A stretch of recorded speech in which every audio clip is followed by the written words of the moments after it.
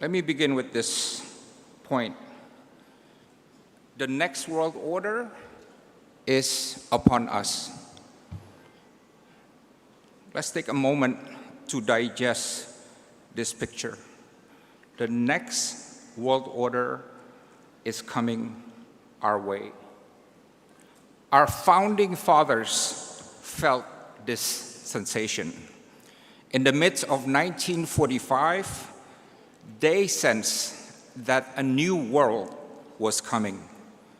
They saw atom bombs being dropped in Hiroshima and Nagasaki. They saw Japan surrendering to the Allies. They saw the signing of the UN Charter at UN in San Francisco conference. And bang, the post-war liberal international order arrived.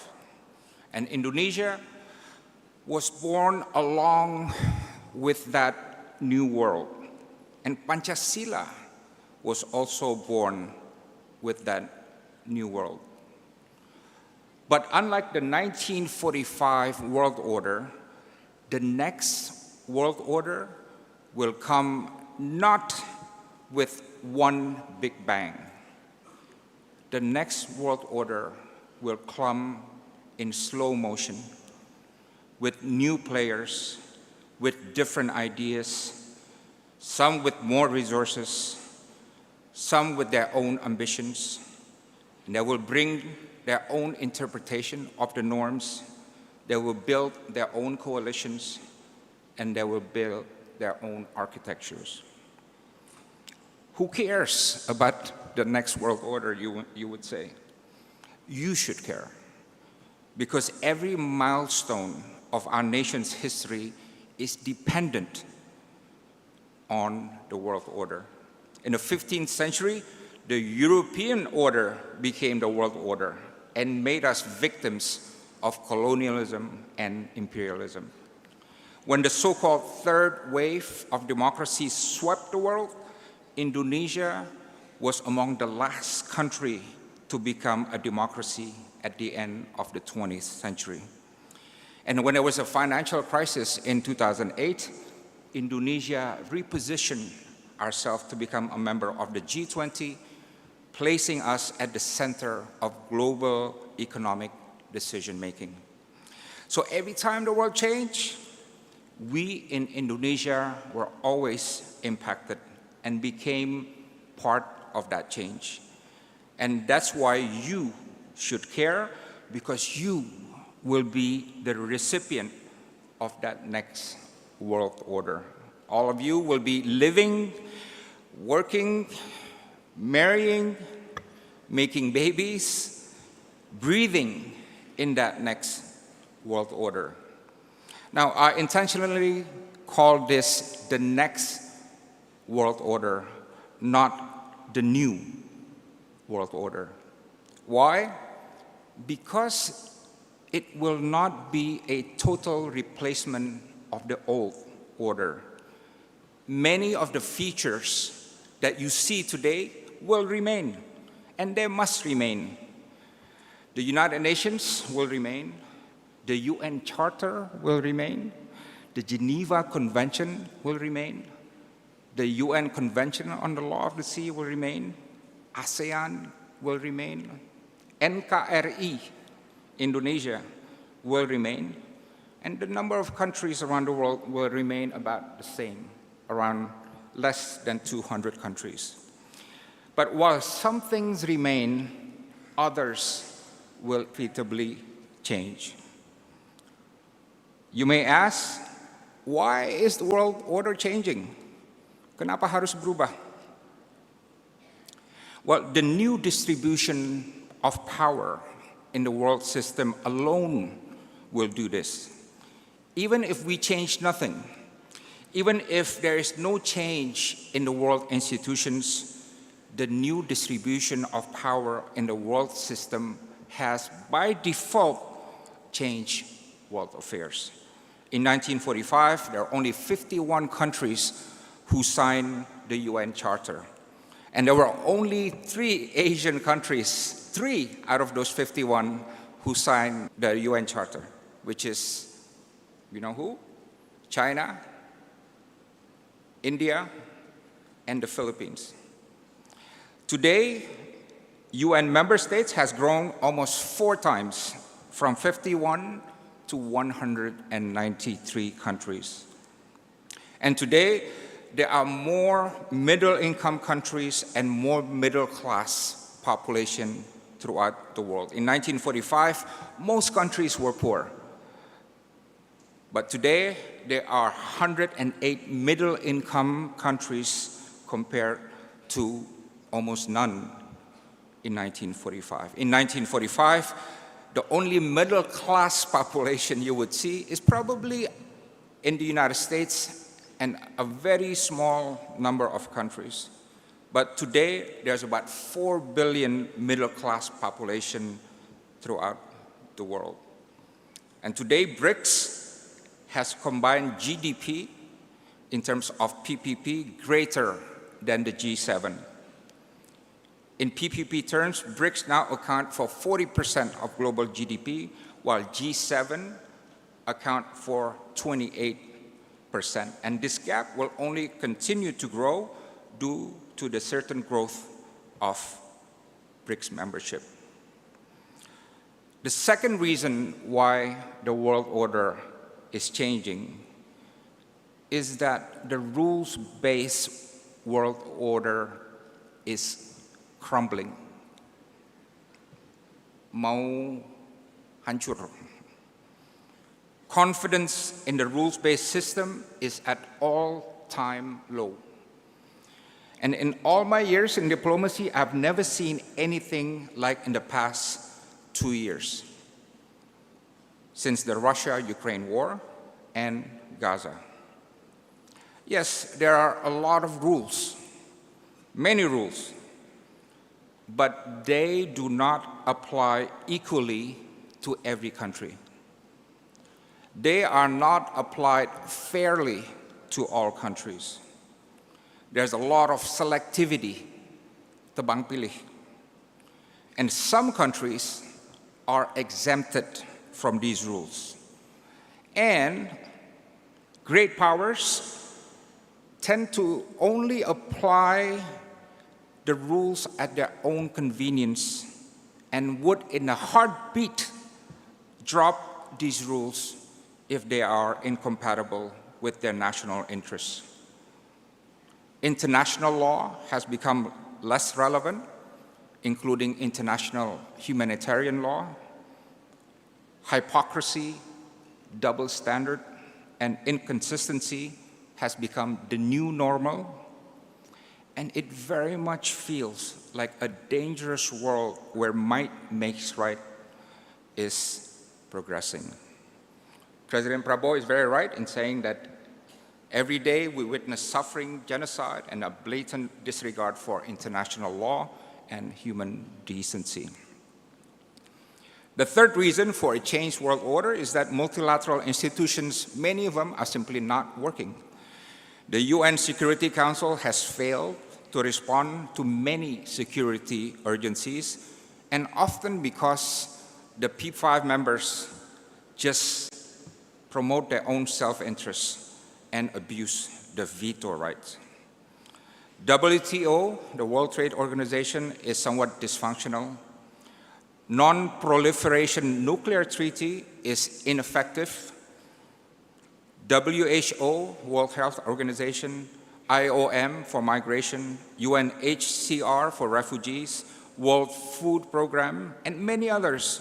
All these institutions are under duress due to lack of funding or geopolitical rivalries. The fourth reason why world affairs is problematic is this. We are really seeing a world that is going in the wrong direction. You think about that. You know, President of Kazakhstan is right when he says that the world around us has changed profoundly, but unfortunately not for the better. We are losing our moral compass.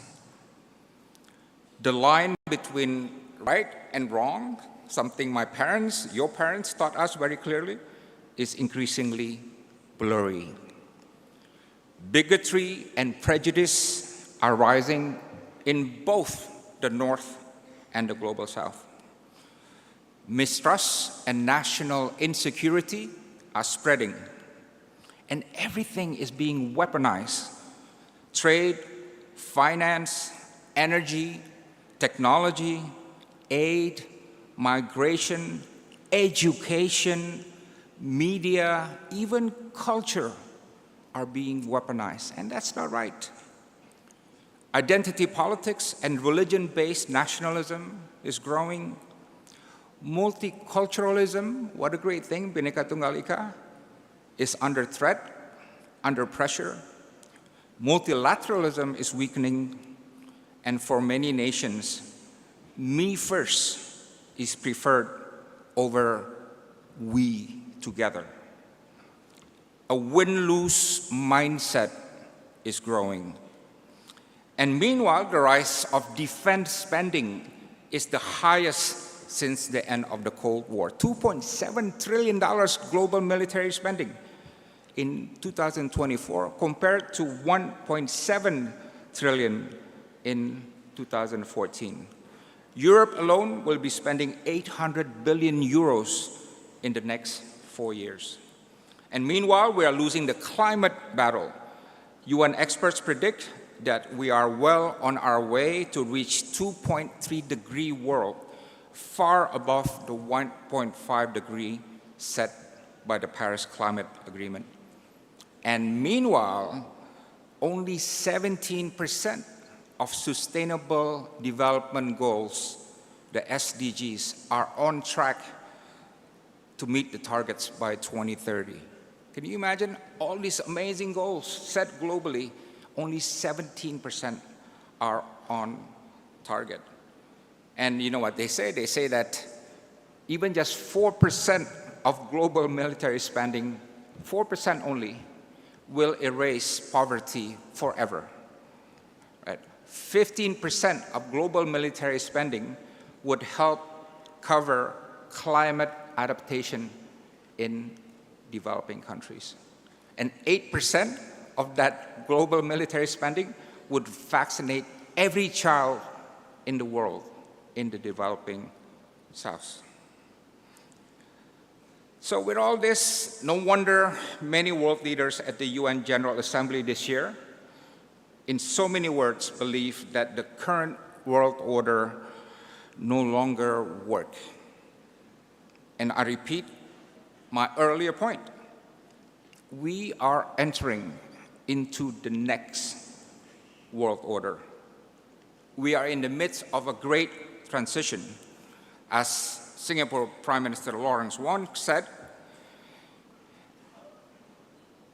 the old rules do not apply anymore, but the new ones have not been written. We must brace ourselves for more turbulence ahead. You can ask me, Dino, you talk about the next world order. What does it look like? It's hard to say what the next world order will look like. It's still unfolding, but some of its features are beginning to show. What are they? First, in the next world order, the primacy of the West is over. Not because they're declining, although some are, but because others, many others, are rising in economic, political, strategic, and technological capacity. Secondly, in the next world order, the American unipolar moment is gone forever. I have my good friend Amitav Acharya. He will tell you about this. He's sitting someplace. No matter what the United States does, it can never reclaim the unipolarity that they enjoyed briefly after 1991. Third, the next world order will be characterized by the rise of middle powers. You know, when I went to Europe and the United States and other places, everybody talks about China. China is a major force in the world, present and future, and so on, they said. Okay, it's true, but it's not just China. We at FPCI really believe that the middle powers, including Indonesia, will play a decisive role in shaping the next world order. There are about 20 middle powers around the world today, as you can see in the slides. And this number will only grow. And the majority of these middle powers, judging from their size and strength, will come from the global south. And I apologize to my friends from Russia and the UK, who were great powers in 1945, but today FPCI would classify them as pivotal middle powers by size and strength. Fourth, the next world order will be characterized by a new equilibrium, an always evolving dynamic equilibrium. And in this equilibrium, all countries must learn to deal with multiple models of engagement. Indonesia engages China differently than we engage Russia, than we engage the United States, than we engage India.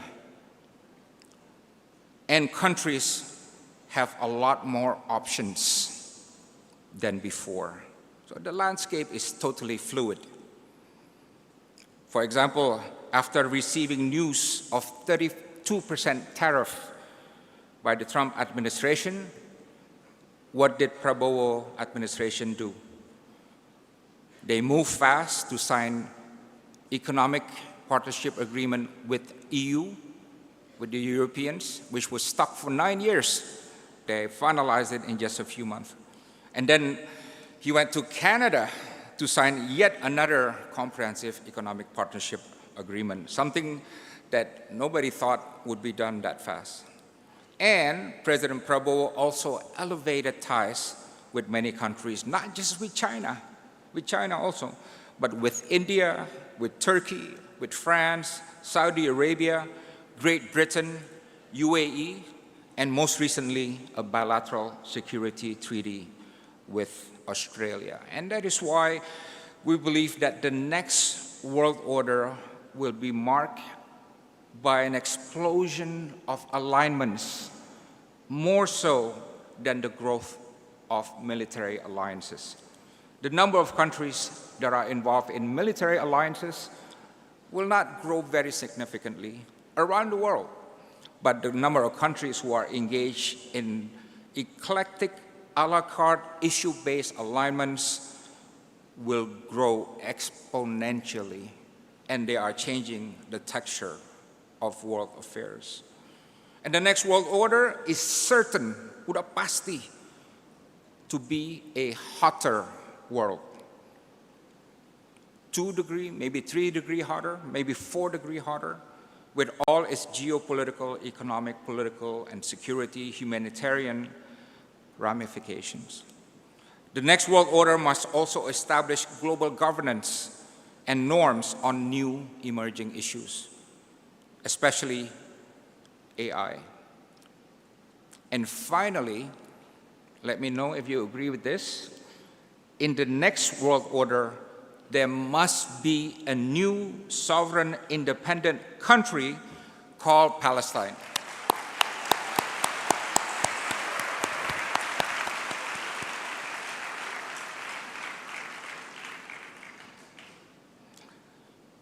My final part is about the path forward.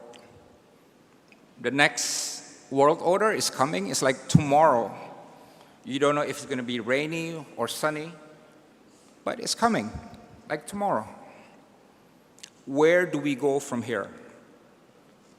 And in saying this, we must always beware that there is no guarantee that the next world order will be better than the present order. No guarantee. You don't know. I don't know. And you know what? The Global South is the best at complaining, but not very good at conceiving and constructive.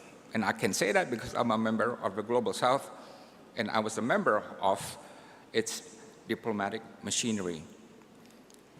So how can the Global South shape the world order for the better? I repeat, how can the Global South shape the world order for the better? I think what is most important is the Global South must claim, own, support, and fund multilateralism. With the United States' retreat from multilateralism and withdrawal of its funding, now is the time for the Global South to step up its funding in multilateral institutions. You know, there was this attitude, and I know this because I worked in diplomacy before. This attitude is, let the rich countries pay for it. We either take their aid or we don't contribute much to it. But we love multilateralism. We are the champion of multilateralism. Oh, sorry, pay for it? No, sorry, I don't want. Tomorrow, later, right? That's not the attitude that we need to move forward. Let's be honest, the key players in the Global South do have money. Yeah. Many Global South countries. Out of the top 10 global military spenders, there are 2 Global South countries now.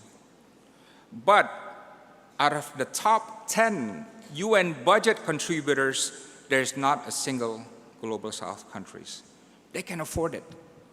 Indonesia too can afford it. Secondly, we should work towards a global North-South compact to reprioritize sustainable development goals. You know, SDG is this global goal that has been negotiated, framed, and agreed by everybody. Yeah, everybody, no matter what the political system. It is ideology-free. And what a wonderful world that would be, where the US and China and all the rivals, despite their strategic competition and mistrust, what a wonderful world it will be if they recommit in their own ways to help reach sustainable development goals targets globally. And I think this new North-South Compact should be based on the principle of equality, mutual respect, and genuine partnership. You know, we tried to do this in the 1970s with the negotiations for the new international economic order, but it just did not work out very well for developing countries. But the North-South Compact will take 2 to tango to reach a mature partnership. The Global South countries should embrace an attitude that is forward-looking, constructive, not so much nostalgic, not so much playing victim, and abandon confrontational attitude towards the West. On the other hand, for this Global South partnership to take place, the West needs to let go of its sense of primacy. They should avoid patronizing and self-righteous attitude. that often characterize their dealing with countries of the global south. And the West must not see countries in the global south from the perspective of their strategic rivalry with China. Additionally, FPCI also strongly believe that there should be a dedicated multilateral UN mandate process to review and reform the workings of the UN Security Council. You know, everybody has something to say that veto power should be taken, the numbers should be added, and so on and so on. In 10 years, they'll have the same conversation. In 20 years, they'll have the same conversation. They must have a process, a UN-mandated process that will result in the agreement to reform the UN Security Council, whatever that formula would be. And next, the best way to fix the next world order is to fix the regional order. You know, when we talk about the world order, we can mean many things, but the world order for me, for us, also means the sum of regional orders. And remember, the world after 1945 changed because one region of the world changed also. Europe. Europe was poor, broken, devastated, divided, but Europe picked up and became and assumed economic, political, and strategic revival and integration, which made it a major feature of the international system. And that's also true for Southeast Asia, where we have done exceptionally well with ASEAN. And we hope to see successful efforts at regionalism, successes based on their own formula and local conditions in Africa, in South Asia, in the Gulf, in Latin America, in Central Asia, in the Pacific Ocean, and other places. When these regionalism in different parts of the world succeed, even when the UN system continues to be under duress, the next world order will become at least more resilient. And I think we should be open to the idea of revising the UN Charter. The UN Charter is not a sacred document which cannot be revised. It's not made by God, it's made by human beings.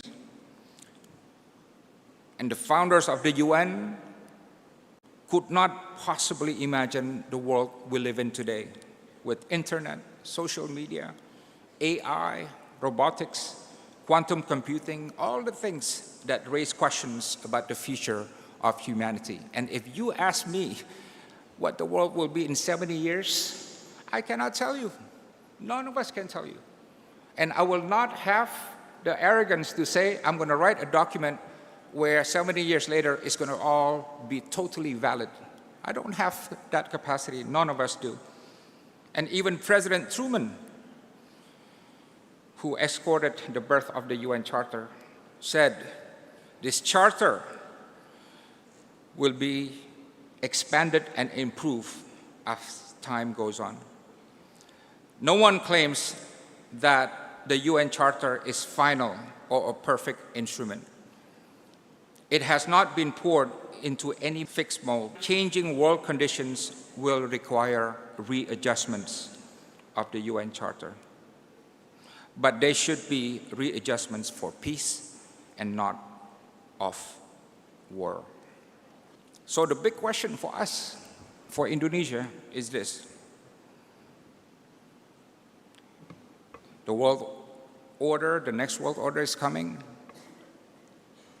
Do we want to be spectator on the sidelines or architect of that next world order?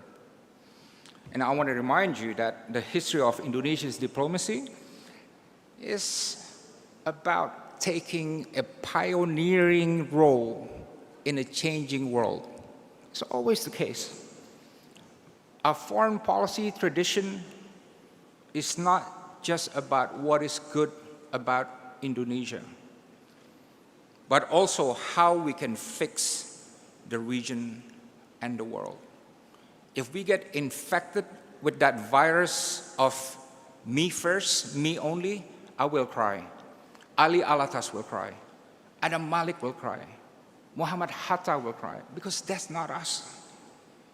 And this is why we convened Bandung Conference, which changed the world, changed the weight of the world, changed the dynamics of the world by raising the collective identity of countries outside the Eastern and Western Bloc. And this is why we created the non-aligned movement in 1961 that helped ease the clash between the East and Western blocs. And this is why we created ASEAN, which changed the region forever. And now ASEAN is masters of our own region. And this is why we also champion UN Convention of the Law of the Sea. Yeah. My father, Hashim Djalal, took part in that. Yeah. So this tradition must never be lost to our diplomats. Our diplomats must demonstrate that the power of our diplomacy rests on the power of our ideas and our ideals. Our foreign policy establishment must always be intellectually competitive. They must have the courage to take a stand, not being neutral on every case, and take risks for a better world. And the good news about Indonesian foreign policy today is that unlike the feeling in Europe, in the Middle East, in Northeast Asia, in South Asia, where one or two countries felt there are external threats to their security, for Indonesia, the external environment is conducive to us. No country poses any threat to Indonesia. And we consider no country to be our enemy. So to be honest, the challenge of our diplomacy is not external, but rather internal foreign policy management. And I hope we can discuss this in some of the sessions today. And remember, there are many former diplomats and active serving diplomats here.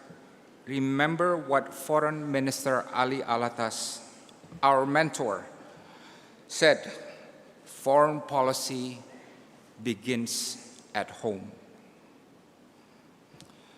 And another major factor for Indonesian foreign policy is that we have built up significant diplomatic and political capital with key players on all sides.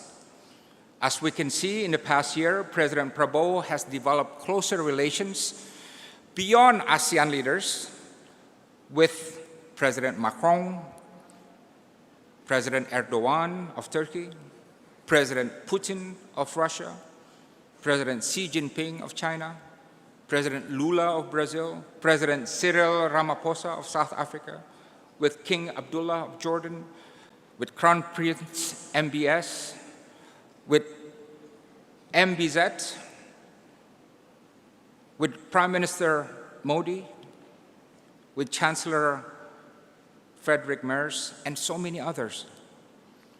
And these are all tremendous foreign policy assets and can be the basis of Indonesia's coalition building to shape the next world order. But first, the Prabowo administration should decide what is the niche in that next world order that he wants to champion, because he can't fix and create everything in that architecture. And he must decide what is the coalition building that he will assemble to achieve them. But without doubt, given our position as an ASEAN member, as the G20 economy, and a country with a strong record of multilateral innovations, this is the moment where Indonesia must be one of the key architects of the next world order. And for you, you can clap if you believe that too.